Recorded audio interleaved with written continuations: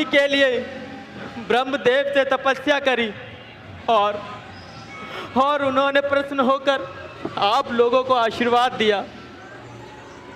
उन्होंने कहा यदि आपको पुत्र चाहिए तो आपको सदैव अंधा ही रहना होगा और इस तरह मेरा जन्म हुआ, इस तरह मेरा जन्म हुआ पिताश्री। पुत्र, हम पे और कोई चारा भी नहीं था पुत्र, हम करते तो क्या करते।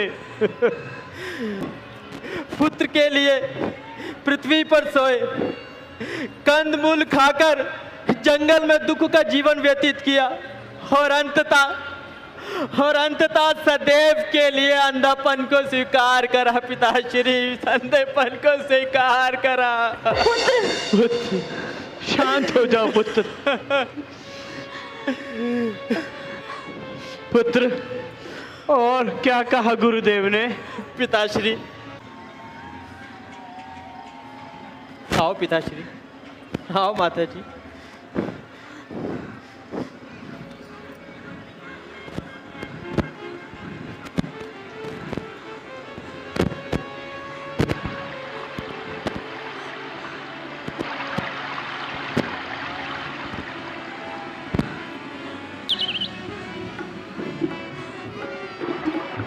श्रवण जी पिताश्री।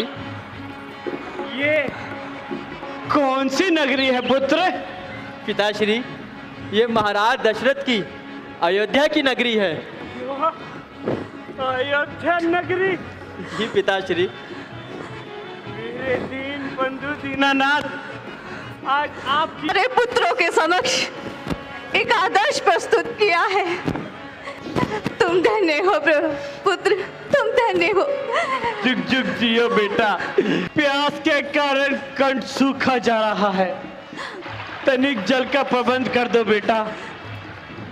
जैसी आपकी इच्छा पिताश्री, मैं शीघ्र जाता हूँ और जल लेकर आता हूँ। जैसी तुम्हारी इच्छा पुत्र। पुत्र, परंतु शीघ्र आना। मैंने सुना है अवध के वनों में हिंसक पशुओं का अत्याचार बहुत फैला है। शीघ्र आना पुत्र। माताश्री, हाँ। आप चिंता मत करिए, जिस पर उस परम पिता परमेश्वर की कृपा हो उसका कोई क्या बिगाड़ सकता है। आप दोनों यही विश्राम कीजिए, मैं जल्द ही जल लेकर आता हूँ। ठीक है पुत्र। सरयू नदी के किनारे जल क्रीड़ा कर रहा है।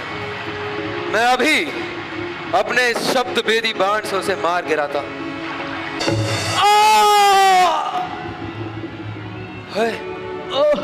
ये तो किसी मनुष्य की आवाज थी।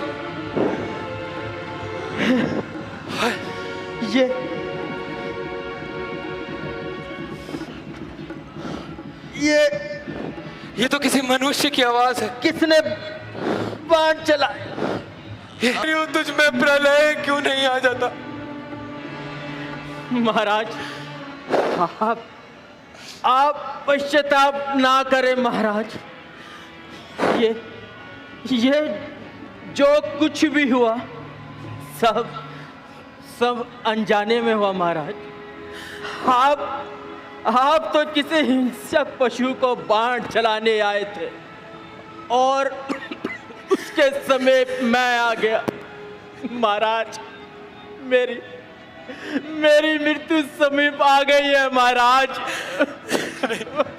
महाराज, आपसे बस एक प्रार्थना है, यही समीप ही मेरे माता पिता एक वृक्ष के नीचे विश्राम कर रहे हैं। वह बहुत प्यासे हैं महाराज।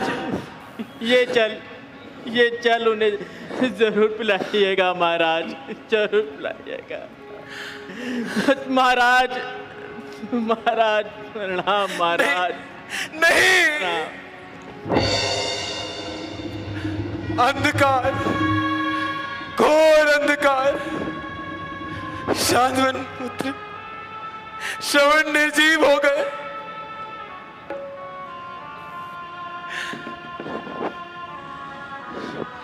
नहीं,